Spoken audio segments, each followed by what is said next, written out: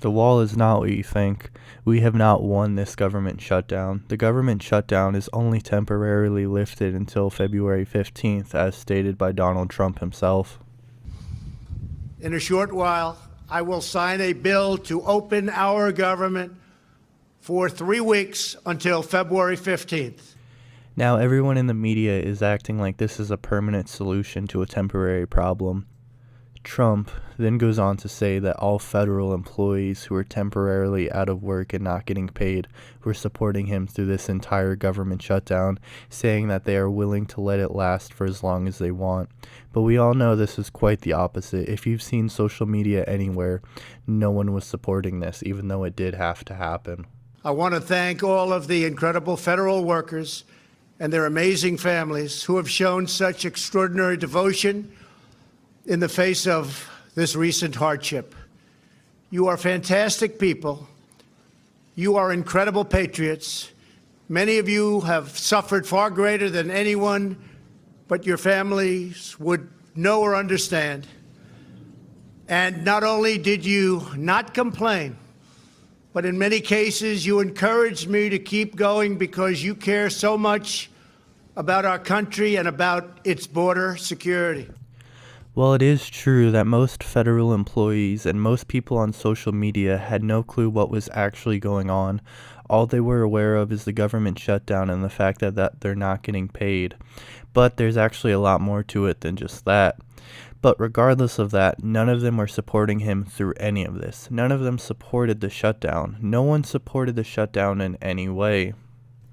This is simply the middle of a very long test that has already been running its course for the past few years. This is simply just part of a larger operation to test emergency services and the public's response to how the government decides to handle these emergencies. Most of these emergencies are hidden underneath even bigger stories, such as the California wildfires of 2018. This was simply to cover up the fact that the presidential alert was being sent out to millions of cell phones across the United States, believed to be holding software that's capable of taking control of your phone and monitoring it. This was also partial to distract public knowledge of countywide power outages across the United States that were planned to test emergency response called Dark Sky.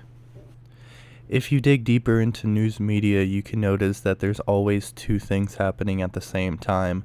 Anytime there's a mass casualty in the United States or natural disaster, usually the government is trying to push something else through at the same time. While I do not have a direct opinion on the fact, many people believe that the Sandy Hook school shooting was just a cover-up to try to push further gun control in the United States.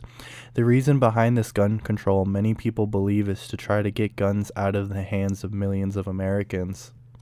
And if you do look further into it, trying to get guns out of the hands of Americans does make sense.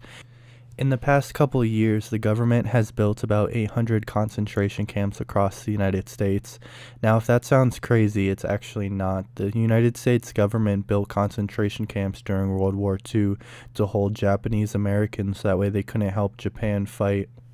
The United States government is conducting an experiment on its citizens, trying to figure out how they'll react in the event of the government tries to take over. During Operation Dark Sky, when the government tried to shut off the power to multiple counties across the United States, they warned the public not to be worried that there will be a greater military presence, drones, and even emergency responders during this exercise that they called it. Back when the Obama administration was still in charge, President Obama secretly ordered millions of disposable coffins to go to these black sites. Now, these black sites are secretly concentration camps meant to house millions of American citizens during the event that riots start to occur during a government takeover. One such great example of this is Alaska, having only a population of 700,000, has recently built a prison there capable of holding 2 million American citizens.